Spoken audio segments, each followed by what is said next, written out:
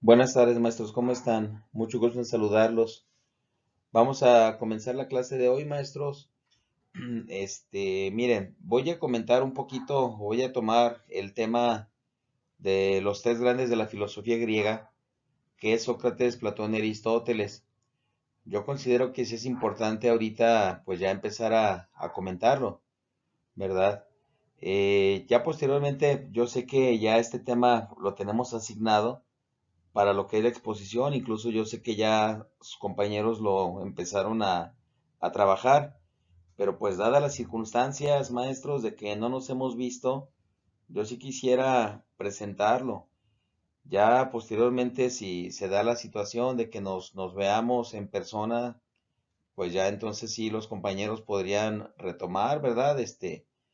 Podrían, retomar los temas, comentarlos nuevamente, ¿verdad? Incluso por ahí yo estoy dejando pendiente lo que es el pensamiento escolástico de San Agustín, Santo Tomás, lo estoy dejando pendiente, maestros. Yo solamente voy a abordar ahorita lo que es Sócrates, Platón y Aristóteles y les digo, sí considero que es conveniente comenzar de una vez, maestros. Bueno, entonces, pues vamos a comenzar. Bueno, miren, primeramente vamos a hablar de Sócrates. Sócrates es, digamos, el inicio del auge de la filosofía griega. Como ya les comenté hace un momentito, son tres: Sócrates, Platón y Aristóteles. Sócrates, maestro de Platón; Platón, maestro de Aristóteles. ¿Sí? Sócrates, pues él no escribió absolutamente nada, maestros, nada, ¿verdad? Eh, pues quien escribió de él fueron sus discípulos, de especial manera Platón, que escribió los diálogos, y allí es donde podemos nosotros conocer todo el pensamiento socrático y la vida de Sócrates. Sócrates es considerado padre de la ética. ¿Por qué? Porque su pensamiento y sus enseñanzas son de carácter moral, giran en torno al comportamiento. Vamos, a Sócrates lo que le importaba era que las personas actuaran bien, que obraran bien, ¿verdad? Por eso es considerado padre de la ética, porque su pensamiento es de carácter moral. Sócrates, pues él no cobraba por enseñar.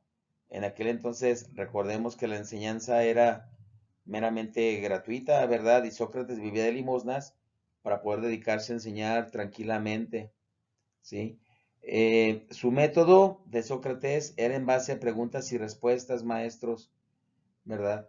Aquí la cuestión era que por esto precisamente él obligaba a los alumnos a llegar por sí solos a la verdad. O sea, Sócrates no era un maestro que diera el conocimiento ya acabado, fino, ¿verdad? Como lo hacemos nosotros, no, sino que él hacía que los alumnos pensaran y pensaran y pensaran hasta llegar a una conclusión, hasta llegar a algo por sí solos. Y Sócrates a su método le llama mayéutica. La palabra mayéutica significa parto espiritual, ¿verdad? Él se comparaba con su madre, que era partera, y él decía que así como su madre ayudaba a las personas a nacer, igualmente le ayudaba a las almas a nacer en el conocimiento, ¿verdad? Por eso él se consideraba como un partero espiritual y su método se llamaba mayéutica. Repito, preguntas y respuestas que ayudaban al alumno a llegar por sí solos a la verdad, algo que nosotros también podemos hacer, ¿verdad? Si nosotros aplicamos la mayéutica, implicaría que entonces estaríamos preguntándole a los alumnos, haciéndoles preguntas continuamente, ¿verdad? Para que puedan dar ellos una conclusión y puedan por sí solos llegar a la verdad y al conocimiento. Esa es la mayéutica.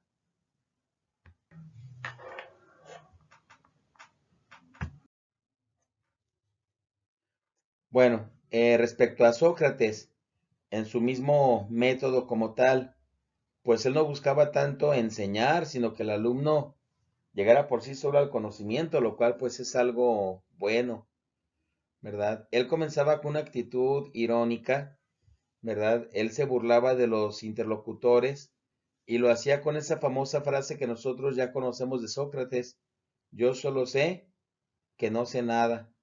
Pero vamos, él lo decía precisamente para que los alumnos se despertaran en el ánimo del conocimiento, para despertar en ellos la inquietud de conocer y aprender más y llegar por sí solitos a la verdad, ¿sí? Él hacía caer con esto a los discípulos en contradicción para posteriormente irlos llevando de la mano al encuentro de la verdad, pero que ellos solitos llegaran por sus propias manos, por sus propios medios, a las conclusiones. En su método, él decía algo muy importante, maestros: conócete a ti mismo. Esta frase fue tan importante que se convirtió en el lema del oráculo de Delfos.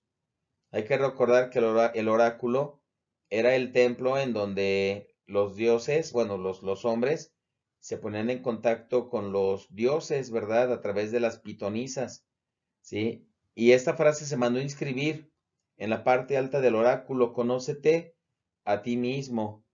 Esto era precisamente para resaltar la importancia que tiene el hecho de conocerse a sí mismo, de tener un conocimiento personal en contraposición del conocimiento externo. Sócrates decía que lo importante era conocer más bien el mundo interno, lo que hay dentro de uno mismo, ¿verdad? No busques en el exterior, decía Sócrates: dentro de ti está la verdad, dentro de ti está el conocimiento. Y eso era lo que realmente tenía importancia, y por eso él continuamente afirmaba una y otra vez: conócete a ti mismo. Ahora, maestros, pues es algo que también nosotros debemos de considerar, el hecho de conocernos a nosotros mismos y trabajar por tener un conocimiento personal, así como también lograr que los alumnos lo tengan por sí solos, ¿verdad? Un conocimiento de ellos mismos. Conócete a ti mismo. Sócrates tiene la teoría acerca de la virtud, una teoría acerca de la virtud, su visión muy propia acerca de la virtud. Y bueno, primeramente, pues, para él, la persona virtuosa es aquella que va a tener conocimientos, ¿verdad? El vicioso lo va a hacer solamente por ignorante, ¿sí? Él dice que se identifica la virtud con la ciencia, de tal manera que la virtud es la ciencia del bien. Así le llama la virtud, la ciencia del bien, ¿sí? Todo conocimiento nos tiene que llevar a la virtud. Mientras nosotros más aprendamos, maestros, mientras el alumno más aprenda, tiene que llegar a ser mejor persona, una persona virtuosa, y con eso acercarse al bien, evitar el error. El vicioso, dice Sócrates, lo va a hacer solamente por ignorancia, porque no se quiere acercar al conocimiento de la virtud. Incluso dice Sócrates que aquel conocimiento que no logre ordenar un impulso sensible en el hombre no merece llamarse ciencia, ¿verdad? ¿Qué significa esto, maestros? Que todo conocimiento nos tiene que ordenar en nuestra conducta, nos tiene que ayudar a ser mejores personas, nos tiene que ayudar a comportarnos mejor, todo conocimiento, ¿verdad? Y no tenemos, muchas de las veces es lo contrario. En muchas de las ocasiones el conocimiento nos ayuda, pero para hacer el mal, ¿verdad? Para comportarnos mal, no, dice Sócrates: el conocimiento nos tiene que llevar a ser mejores personas, nos tiene que llevar a ser personas virtuosas en este caso, ¿sí? De tal manera que es una aplicación buena que tenemos respecto al conocimiento, y es algo que también tenemos que trabajar en la persona de nuestros alumnos, ser virtuosos a partir del conocimiento, maestros. Él decía una máxima: más vale sufrir una injusticia que cometerla, lo cual se dice que es considerado de un altísimo valor moral. Y bueno, pues nosotros sabemos que esto mismo le costó a Sócrates la vida. Sócrates, pues él tenía dos enemigos muy grandes, que eran los sofistas y que eran también los gobernantes, el gobierno, ¿verdad? Sócrates se encargaba de echarles en cara o sus verdades o sus mentiras, como lo quieran ver ustedes, ¿verdad? Pero él les decía sus cosas. Obviamente, pues Sócrates se convierte en el enemigo incómodo, y le hicieron le fincaron dos delitos que él no cometió, ¿verdad? Que era la corrupción de la juventud, corromper a los jóvenes, y la impiedad o burlarse de los dioses de la ciudad, ante lo cual Pues Sócrates, él se quedó callado, ¿verdad? Le hicieron un proceso muy injusto y al final lo condenaron a muerte, a beber la cicuta, que era una planta, jugo de cicuta, una planta venenosa, ¿sí? Sus amigos le propusieron salir de la cárcel, le propusieron huir, y Sócrates dijo, no, si las leyes de la ciudad me han encontrado culpable, culpable soy, ¿verdad? Y es cuando él hace vida a esto que tanto predico, más vale sufrir una injusticia que cometerla. Se tomó la cicuta y se murió. Y bueno, está bien, es considerado esto de un altísimo valor moral, pero por otro lado, maestros, yo creo que nosotros, pues ni una cosa ni la otra. Creo yo que nosotros no debemos ni cometer injusticias, pero tampoco dejar que se nos cometan injusticias, ¿verdad? Es simplemente fomentar y fomentar en nuestros alumnos también el sentido de la justicia, lo que es darle a cada quien lo suyo, darle a cada quien lo que le corresponde. Y bueno, con esto Sócrates muere a los 70 años, ¿verdad? Allá en el año 400 o 399 antes de Cristo, y pues deja un legado moral muy, muy importante. Y enseguida viene Platón, que es el discípulo de Sócrates, el discípulo querido de Sócrates, ¿verdad? Que es quien escribió precisamente sobre su maestro Sócrates. Y bueno, con Platón vamos a encontrar un dualismo de la realidad, ¿verdad? Y para esto él comienza hablándonos de el mito de la caverna, ¿sí? Platón nos habla de una caverna en donde siempre ha habido allí unos esclavos que han estado trabajando y no conocen el exterior, ¿verdad? Pero llegan sombras al interior de la caverna. Uno de ellos, precisamente motivado por esas sombras, se escapa de la caverna, va a ver qué hay en el exterior y se encuentra con ahora sí que con un mundo maravilloso, ¿verdad? Con un mundo diferente, ¿sí? Entonces empieza a contemplar todo lo que está a su alrededor, queda maravillado y regresa con los compañeros, ¿verdad? Y les cuenta todo lo que hay en el exterior, pero ellos no le creen, porque ellos piensan que la única realidad es la caverna, ¿sí? Y vamos, dice Platón que la caverna representa el mundo material. Los esclavos somos los humanos que siempre hemos estado arraigados a este mundo material, ¿verdad? El que se escapa, el esclavo que se escapa, es el filósofo que tiene la intuición de la verdad y el conocimiento. El exterior es el mundo de las ideas, ¿sí? Este esclavo cuando se escapa, este filósofo encuentra una llama de fuego muy grande, muy hermosa. Dice Platón, esa es la idea del bien. Y ahora, así como este esclavo regresa con los compañeros y les habla del mundo exterior y ellos no le creen, igualmente dice Platón, pasa con lo que es el mundo de las ideas, ¿verdad? El filósofo viene y nos habla del mundo de las ideas y nosotros simplemente no le creemos, no lo aceptamos, ¿verdad? No lo queremos aceptar, porque la única realidad que existe para nosotros es el mundo sensible. Estamos arraigados a este mundo sensible, pero existe un mundo superior, dice Platón, que es el mundo de las ideas. Las ideas es lo más perfecto que puede haber según Platón. Es lo más grande que puede haber, es la máxima aspiración que puede tener el ser humano. Las ideas son subsistentes, subsisten por sí mismas, son eternas, o sea, siempre han existido y siempre van a existir. Son perfectas, ¿verdad? No necesitan nada, ya están completas, son inmutables, no cambian. Son espirituales, carecen de materia, son inteligibles porque se perciben a través de la inteligencia y son universales porque son válidas para todos los seres en todas partes. Mientras que las cosas del mundo sensible es exactamente todo lo contrario, ¿verdad? Son imperfectas, temporables, cambian, tienen una materia, se perciben a través de los sentidos, son singulares, no son universales. Por eso, dice Platón, que todas las cosas de este mundo son una participación de las ideas. Lo que existe realmente en perfección son las ideas. Y todo lo que existe en este mundo es una copia de las ideas, maestros, ¿verdad? Una participación de esas ideas. Ahora, el conocimiento de las ideas, ¿cómo es que se da? Dice Platón que el origen del conocimiento está en la vida prenatal, o sea, antes del nacimiento.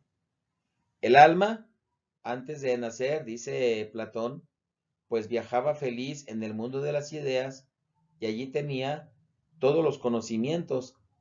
Ahí tenía el conocimiento de todas las cosas, de toda la realidad, de todo cuanto existe. Pero después de un acontecimiento trágico, es que el alma es encerrada en un cuerpo. El cuerpo se convierte en la cárcel del alma.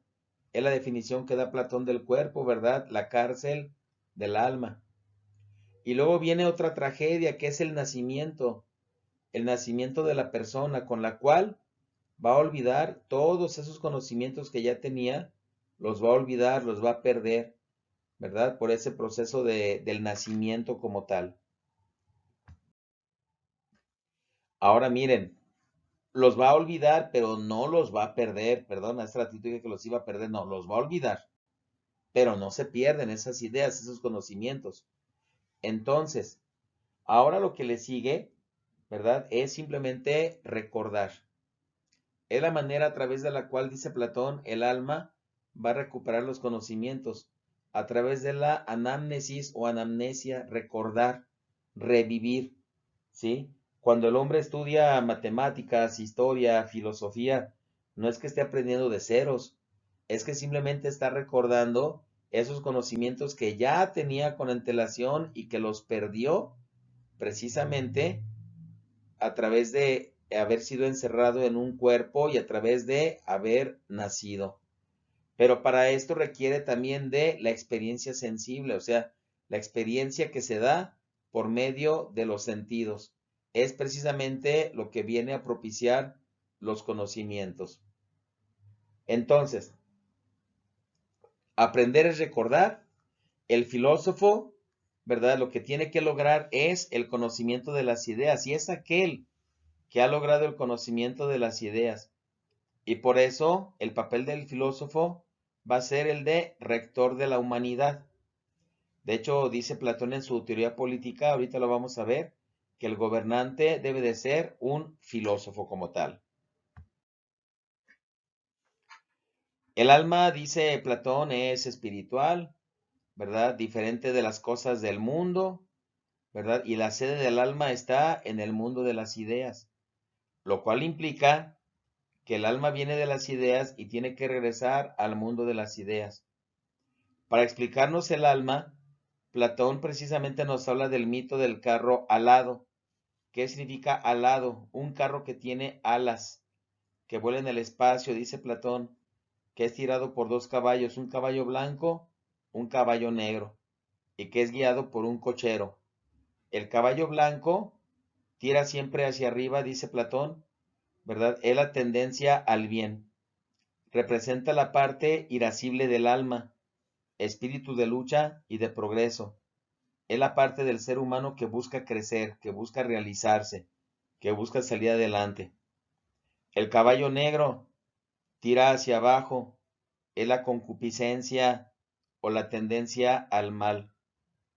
Es la parte del alma que busca el placer, que busca la sensualidad, que busca el confort, ¿sí? Pero tenemos que es guiado por un cochero, una auriga, ¿verdad? Que es la parte racional del alma. Representa la parte racional del alma. Y todos los seres humanos, dice Platón, tenemos esas tres partes. Una parte irascible, como un caballo blanco que tira hacia arriba, una parte concupiscible, como un caballo negro que tira hacia abajo, y una parte racional, que se va a encargar de mediar precisamente, ¿verdad?, entre la parte irascible y la parte concupiscible.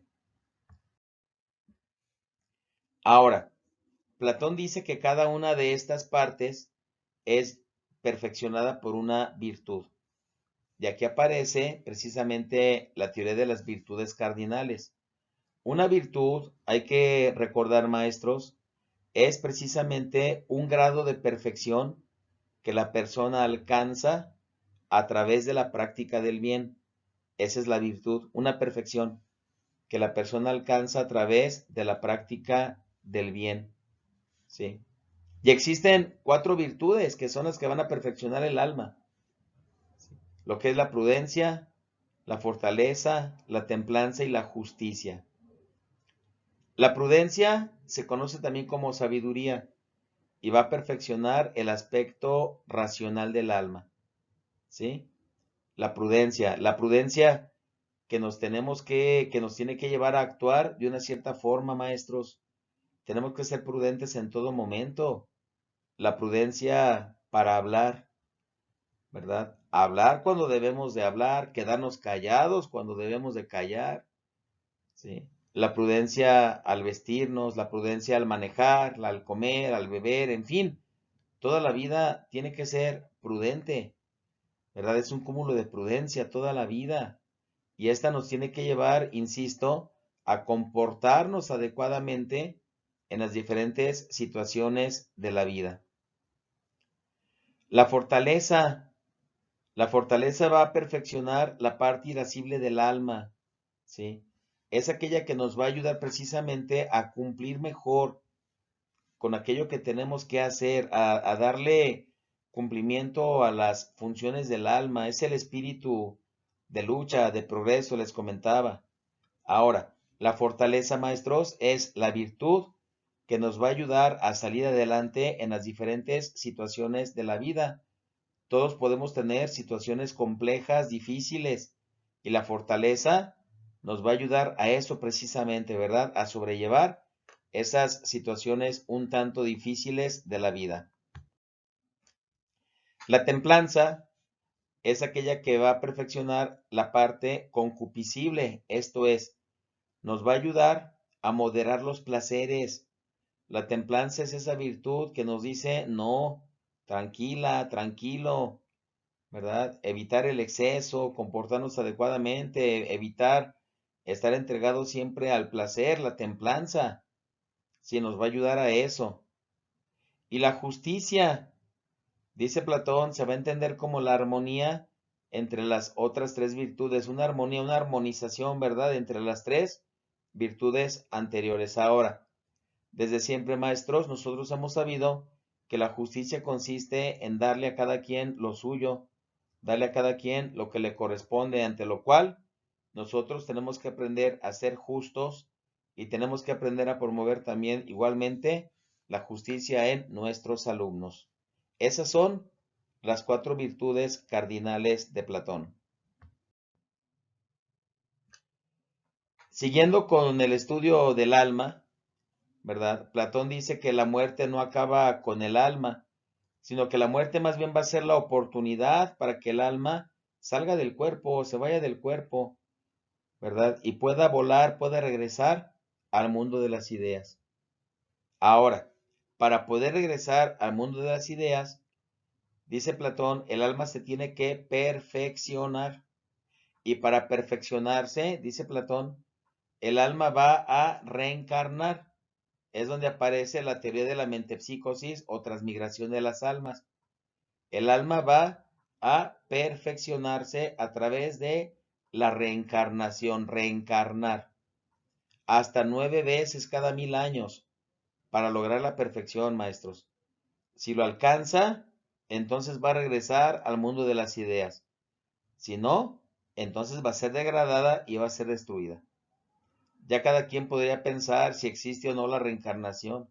De hecho, esta es una teoría que Platón importó de Oriente. Miren, Platón era una persona que estaba bien acomodada económicamente, ¿verdad? Estaba bien Platón económicamente.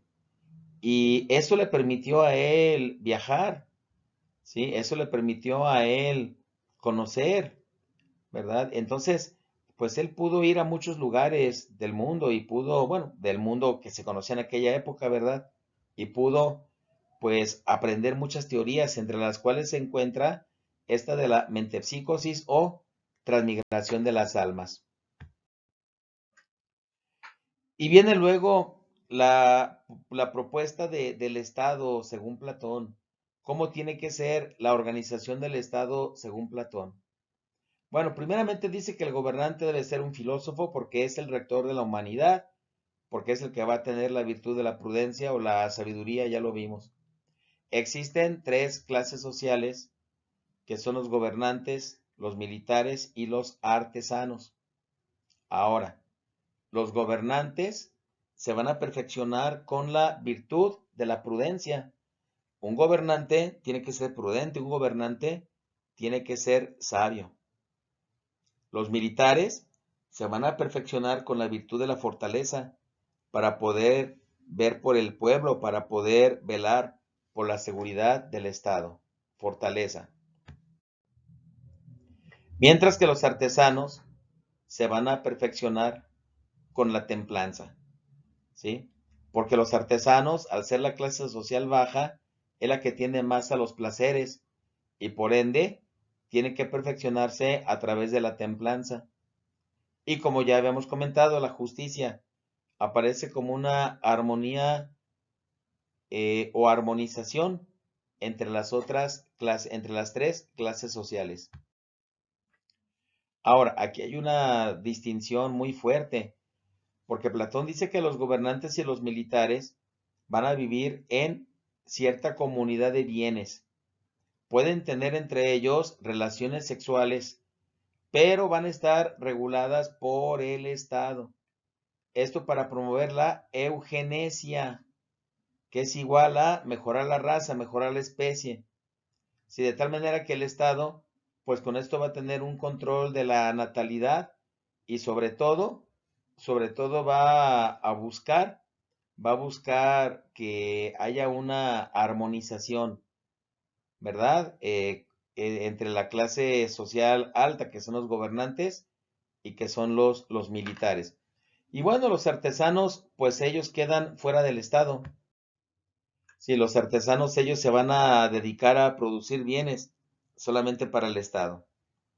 Bueno, respecto a la educación, Platón propone que el Estado se encargue de la educación de los niños y de los jóvenes.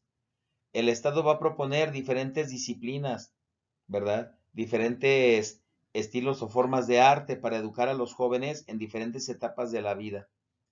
Y algo muy importante de considerar, maestros, Platón dice que la mujer va a tener un papel importante, equiparable al del hombre en la educación. A ver, insisto, esto es algo muy digno de considerar, maestros. Es algo muy digno de considerar porque en aquel entonces, recordemos que malamente, pero la mujer era considerada como alguien muy inferior al hombre.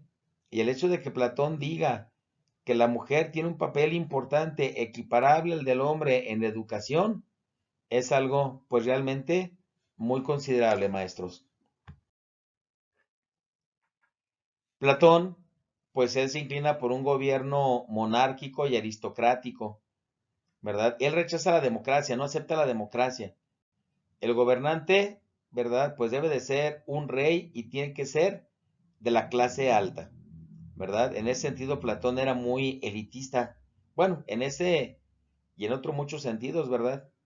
Él funda una escuela, Platón, muy famosa, llamada la Academia, una escuela que duró muchos siglos, todavía hasta el siglo V después de Cristo, duró la Academia, ¿verdad? Hasta que Constantino ordenó que fuera cerrada, ¿sí?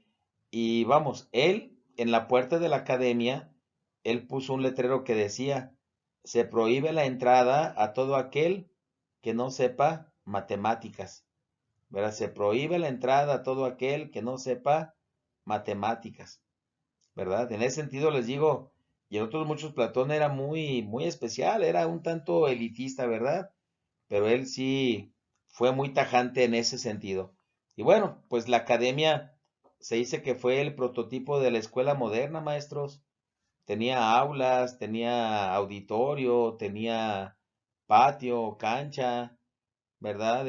Vamos, tenía cosas realmente muy interesantes. Fue una escuela muy, muy grande, muy importante, ¿verdad? Que les digo, todavía estuvo varios siglos después ya en nuestra era, ¿verdad? Después de Cristo, estuvo mucho tiempo la academia.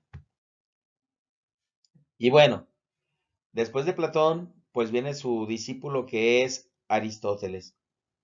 Aristóteles que dice, soy amigo de Platón, pero soy más amigo de la verdad. Aristóteles estudió en la academia, fue el discípulo más dilecto de Platón, el más sobresaliente. De hecho, se pensaba, ¿verdad? Y él mismo creía que a la muerte de Platón, él se iba a quedar al frente de la academia y no fue así.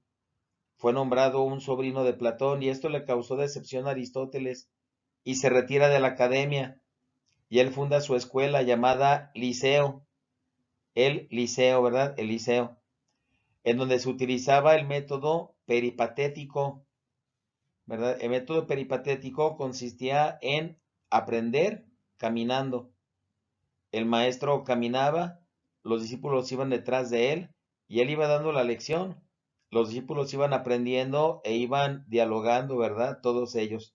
Ese es el método peripatético que Aristóteles funda en su escuela, Liceo, aunque cabe señalar que pues fue una escuela que tuvo realmente poco tiempo, ¿verdad? Ya posteriormente Aristóteles él mismo se encargó de cerrar el Liceo. Él nos habla de un realismo, ¿verdad? Él no acepta la trascendencia platónica, la teoría de las ideas de un mundo superior. No lo acepta Aristóteles, ¿sí? Platón suponía la existencia de un mundo inteligible, ¿verdad? Un mundo superior en donde había esencias puras, ¿sí? Por consiguiente, decía Platón que estas esencias de los objetos no estaban en los objetos, sino que estaba alejada del mundo sensible, ¿verdad? En otra realidad que viene a ser el mundo de las ideas. Es lo que Aristóteles no acepta precisamente, ¿verdad? No acepta esta trascendencia. Él habla de una inmanencia, lo inmanente en sí mismo. La esencia de las cosas está en sí mismas, en la realidad. Él sostiene que los objetos, Aristóteles, cuentan con una esencia propia de su ser. Eso significa inmanente, algo propio que le corresponde a su ser. Una esencia que está en los propios objetos y no fuera de ellos, ¿verdad? Está en los propios objetos como tal. Por eso Aristóteles con esto le está devolviendo a las cosas pues su ser completo, su calidad y su esencia completa como tal, su integridad. Brinda la posibilidad de acceder intelectualmente a esas esencias, ¿verdad? Al conocimiento de esos objetos. Comprenderlas precisamente sin tener o sin ser un alma privilegiada. De tal manera que el ser humano, dice Aristóteles, puede llegar a tener conocimientos aquí y ahora. Era una frase que Aristóteles usaba mucho, ¿verdad? Aquí y ahora, aquí, la realidad, en este mundo, no en un mundo superior, no en un mundo de las ideas, aquí, en este mundo sensible, en este mundo material. Y bueno, ahí es precisamente les comentaba cuando Aristóteles dice, soy amigo de Platón, pero soy más amigo de la verdad, porque él no acepta la teoría de las ideas ni la trascendencia, ¿verdad? Del ser. Aristóteles nos habla de algunas categorías que van a poseer los seres o los objetos, ¿verdad? Va a poseer una sustancia, dice Aristóteles, lo primero que va a poseer el ser es la sustancia o substancia con una B, allí, ¿verdad? Antes de la S, substancia, ¿sí? La sustancia, pues es el ser que aparece en la realidad. Un pan es una sustancia, una piedra es una sustancia, un árbol es una sustancia, ¿verdad? Cualquier cosa, cualquier ser, cualquier ente es una sustancia. Las sustancias primeras, según Aristóteles, constituyen los términos más extensos, ¿verdad? Y corresponden a los géneros, por ejemplo, mineral, animal, vegetal, son sustancias primeras. Las sustancias segundas se refiere a los términos menos extensos o con menor extensión, como hablar, por ejemplo, ya del hombre, del caballo. Ya no es hablar de un animal, es hablar de un hombre, de un caballo. Por ejemplo, la sustancia primera sería hablar de lo que es el árbol. La sustancia segunda sería hablar de lo que es, por ejemplo, el manzano, el aguacate, ¿verdad? El tabachín, el pirul, etcétera, etcétera. Entonces, recordemos, primero, una sustancia es un ser en sí mismo. Cada cosa, cada ente, cada ser es una sustancia. La sustancia primera refiere al término general, amplio. La sustancia segunda refiere al término particular, individual, ¿sí? Que viene a ser más concreta a la sustancia primera. Aquí nos dice, ¿verdad? Los términos menos extensos pueden contar con una serie de cualidades o accidentes. Los accidentes entonces, ¿verdad? Aparecen con la sustancia. Por eso se dice sustancia y accidentes. Los accidentes son las cualidades o características que van a identificar al ser, al ente, y le van a dar la posibilidad precisamente de definirlos.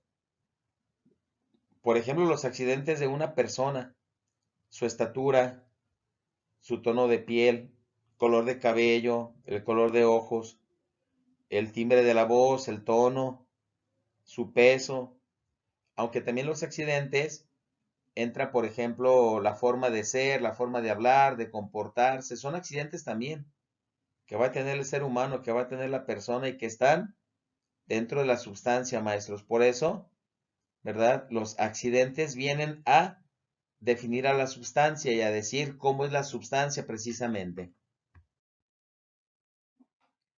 Existen algunas categorías entonces, ¿verdad? Según Aristóteles, partiendo de la sustancia y de los accidentes. Primeramente, tenemos lo que es la cantidad. Todo ser, todo ente tiene cantidad, maestros, y se refiere a la magnitud de las cosas, ¿sí? Por ejemplo, la cantidad que tenemos de años, por decir algo, es una categoría. La edad que tenemos cada uno de nosotros, los kilos que pesamos, la cantidad que tenemos de kilos, por ejemplo, también, ¿verdad? Eso, pues quieren que no es una cantidad como tal. La cualidad, ¿sí? Aquello que nos obliga a decir de los seres que son de cierto modo. La cualidad, las cualidades propias del ser. Por ejemplo, cuando hablamos de las cualidades de la persona, si la persona es amable, si no es amable, si la persona es trabajadora, si no es trabajadora, pues son cualidades que quieran que no, maestros, nosotros vemos en la persona, ¿verdad? En las personas y que de alguna manera nos dice cómo van a ser. La cualidad, por ejemplo, que va a tener un pantalón, las cualidades. Ya hablábamos de los accidentes, ¿verdad? Va en torno a las cualidades precisamente, ¿sí? La relación es la correspondencia que existe entre un objeto y otra cosa, ¿verdad? Todos estamos en continua relación entre nosotros como personas y también con seres que no son personas. Por ejemplo, la relación que tenemos con nuestra ropa en este momento, la relación que tenemos con nuestros zapatos, la relación que tenemos en este momento, por ejemplo, con los medios digitales, con la computación, pero fíjense cómo todos tenemos siempre una relación, maestros, en cada momento, y todos los seres, todos, tienen una relación. El lugar es otra categoría. Se refiere al espacio en que se encuentra el objeto. ¿En dónde están ustedes en este momento, maestros? ¿Verdad? ¿Desde dónde me están escuchando? Si están en su casa, si están en la oficina, si están en la escuela. Pues ese es un lugar. Todos tenemos un lugar in situ, un sitio en el cual estamos, maestros. Y el tiempo se refiere al momento en el cual se encuentra el objeto. Ese es el tiempo, el momento en el cual se encuentra el objeto. El tiempo es un concepto abstracto que luego a veces podemos entenderlo, pero cuesta trabajo definirlo, ¿verdad? Aristóteles dice que el tiempo es la sucesión continua del movimiento según un antes y un después, dice Aristóteles. Una sucesión continua del movimiento según un antes y un después, ¿verdad? Ese es el tiempo según Aristóteles y esas son pues las categorías que va a tener el ser, que va a tener el ente. Otras categorías: la situación, disposición del objeto respecto del lugar que ocupa, ¿sí? La situación en la cual laboralmente nos encontramos todos nosotros, la situación en la cual familiarmente nos encontramos, la situación en la cual socialmente nos encontramos nosotros, maestros, el estado, modo de ser o estar, por eso es estado, modo de ser o estar del objeto, ¿sí? El estado, por ejemplo, de salud que tenemos, el estado emocional en que nos encontramos, ¿verdad? El si nosotros en este momento estamos tranquilos o no, o estamos inquietos, ¿verdad? Eso es el estado, el cómo está el ser, el ente, el objeto. La acción, lo que el objeto hace, lo que el ser hace. En este caso, la acción que nosotros estamos llevando en este momento.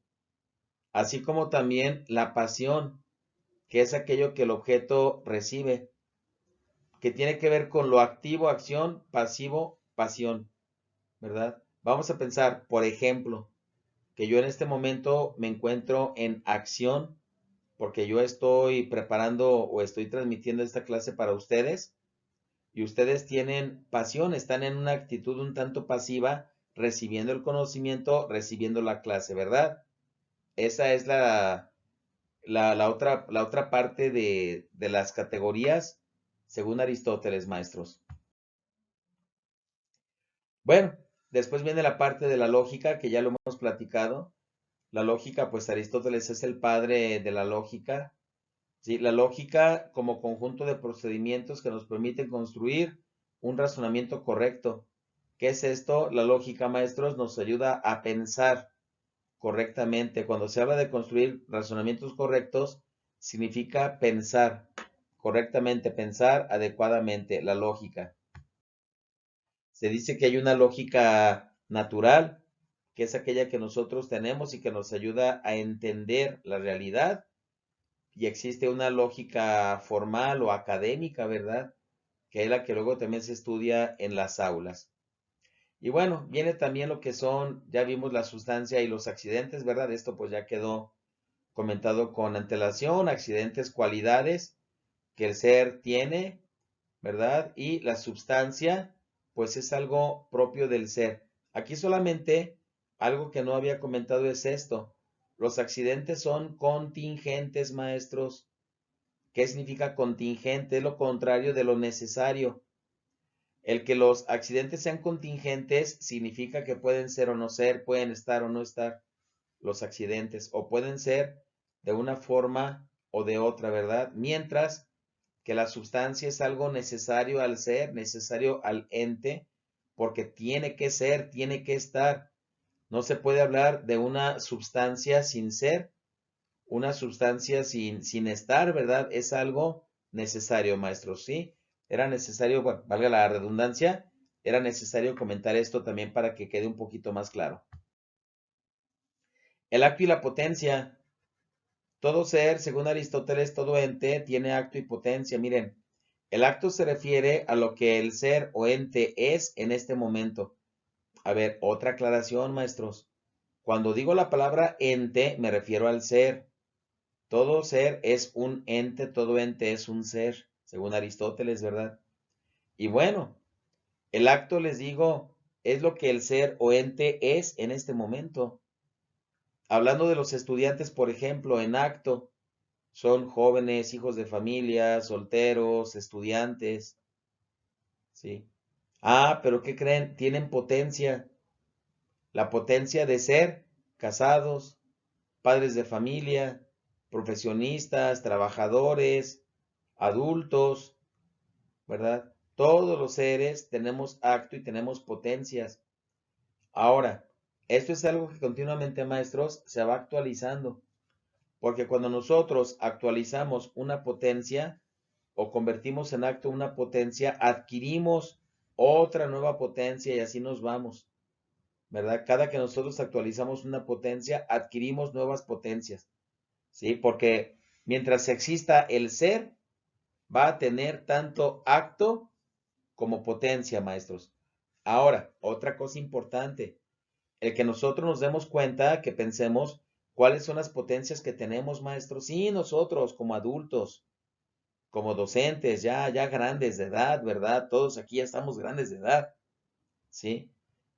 Unos más jóvenes que otros, pero a fin de cuentas ya todos grandes, pero con todo y eso, seguimos teniendo potencias. Ya cuando nos hayamos muerto dejaremos de tenerlas. Mientras tanto, ahí están las potencias y tenemos que actualizarlas, tenemos que convertirlas en acto, maestros, ¿verdad? Precisamente. Y es algo que tenemos que fomentar también en nuestros alumnos, ¿sí? Que ellos descubran sus potencias para que las conviertan en acto también. Ningún ser o ente puede ser al mismo tiempo acto y potencia, ¿verdad? Aunque continuamente se están actualizando las potencias. Y como les comentaba hace un momentito, al hacerlo entonces va a adquirir una nueva potencia por actualizar. Y vienen las cuatro causas, según Aristóteles, ¿verdad? Esto, pues él lo va a decir dentro de la metafísica, sí, que se encarga del estudio de las primeras causas, de los primeros principios de todas las cosas.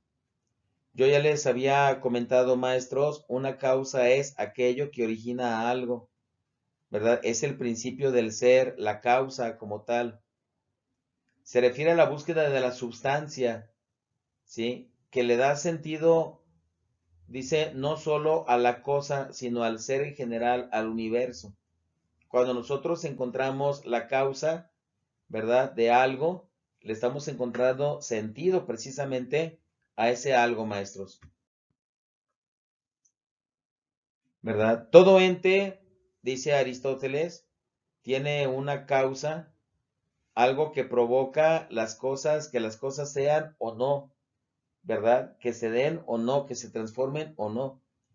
Yo siempre he dicho, maestros, no existe la casualidad, existe la causalidad, es diferente, causalidad, porque todo tiene una causa, todo tiene un origen, tiene una razón, un principio, ¿verdad? Causalidad, mientras que la casualidad es producto de la nada, maestros, como tal.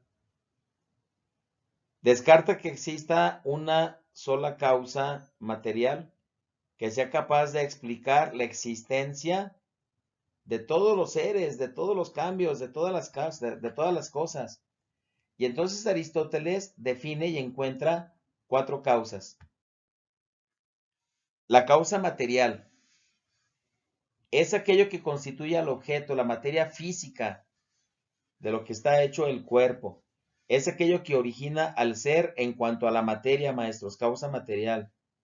Lo que origina al ser en cuanto a la materia. La causa formal tiene que ver con la forma. Es el modelo que se utiliza al hacerse las cosas, dice aquí al fabricarse las cosas. Aquello que nos permite saber que un objeto es cierta forma, cierta cosa, perdón. El que nosotros, por ejemplo, distingamos un árbol sobre una persona, ¿eso por qué es? Ah, pues por la forma que tiene. Obviamente, maestros, uno tiene forma de árbol, otro tiene forma de persona, y ahí se da la diferencia precisamente. La causa eficiente es la que genera a un nuevo ser, es la que genera a un nuevo ente. Aquí se dice, ¿verdad? Los sujetos o agentes que fabrican o realizan algo. Se dice que Dios es causa eficiente porque es principio de todo, por ejemplo, origen de todo, al haber creado todo. Alguien dirá, no, maestro, pero Dios no existe, ¿verdad? Ah, bueno, entonces si para ti Dios no existe, ¿verdad? Podríamos decir que la causa eficiente de tu existencia son tus papás, que ellos te dieron la vida, que ellos te procrearon, ¿verdad? Que gracias a ellos estás aquí y estamos aquí, ¿verdad? Nuestros papás. Causa eficiente. Cuando una persona se va comiendo una naranja y tira sobre la tierra las semillas y de ahí curiosamente sale un arbolito de naranjas, pues esa es la causa eficiente, la persona. Y la causa final es la meta inscrita en la naturaleza propia de cada ser o de cada ente, ¿sí? A lo que tiende el ente, lo que tiende el ser. Todos tenemos una causa final, maestros, todos tenemos una meta, ¿verdad? Y precisamente Aristóteles nos habla de un eudemonismo, que es parte de la ética aristotélica, y que esa sería una causa final. Podríamos decir que Dios también es causa final, porque todo viene de Dios, todos los seres, los hombres, las personas, y todos tendemos a regresar a Dios. Y les comentaba, no viene aquí en la presentación, ¿verdad? De hecho, aquí está terminando la presentación, pero cierro con esto precisamente que es la ética aristotélica, el eudemonismo, eudaimonia, felicidad. Esto viene en la Ética a Nicómaco, que es uno de los libros de Aristóteles, la Ética a Nicómaco. Aristóteles dice que el fin del hombre es la felicidad. Es el fin del ser humano, la felicidad. El ser humano está aquí para ser feliz, maestros. Y esa felicidad, el ser humano, pues la va a alcanzar de diferentes formas, ¿no? Primero, actualizando sus potencias. Actualizar las potencias da felicidad. Y actualizar las potencias, sobre todo las de carácter intelectual, da felicidad. Mientras más pensante sea una persona, va a ser más feliz, porque el hombre, dice Aristóteles, es un animal racional. Y mientras más pensante, repito, va a ser más feliz. Actualizar las potencias intelectuales. Pero también la felicidad, dice Aristóteles, se alcanza a través de la virtud. Mientras una persona sea más virtuosa, va a ser más feliz. Una virtud para Aristóteles es una disposición a hacer el bien. El hecho de que una persona haga el bien o realice el bien, eso lo hace virtuoso, lo hace virtuosa precisamente a la persona. Pero también Aristóteles dice que la virtud consiste en colocarse en un punto medio entre dos extremos, maestros, que son opuestos, ¿sí? Saber mediar, punto medio. Tan malo es no dormir como dormir en exceso. Tan malo es no comer como comer en exceso. Tan malo es no ejercitarse como ejercitarse en exceso. Tan malo es no trabajar como trabajar en exceso. Tiene que haber un punto medio, tiene que haber una virtud. Y eso es lo que también nos va a dar la felicidad. Y bueno, pues yo espero que todos de verdad seamos felices con esto que estamos realizando, que seamos felices con nuestra labor docente, con nuestro magisterio, que seamos felices con esta función que desempeñamos, ¿verdad? Yo siempre he dicho, no es lo mismo trabajar de maestro, trabajar de docente que ser docente. Ojalá que nosotros no trabajemos de docentes, ¿verdad? Que no seamos chambistas, que seamos docentes en toda la extensión de la palabra, que vivamos la docencia y con ello seamos felices, ¿verdad? Porque de esa manera nos vamos a realizar y vamos a alcanzar también la virtud y por ende otra vez, eso nos va a dar la felicidad. Bueno, maestros, pues espero que esto realmente nos haya sido significativo, que esto nos genere mucho aprendizaje y que nos ayude a tener una adecuada labor para con nuestros alumnos, ¿verdad? En todo momento. Espero su reporte de clase, les encargo reporte de clase y bueno, pues aquí estamos al pendiente, maestros. Que tengan un excelente día y muchas bendiciones para todos. Muchas gracias, maestros. Hasta pronto.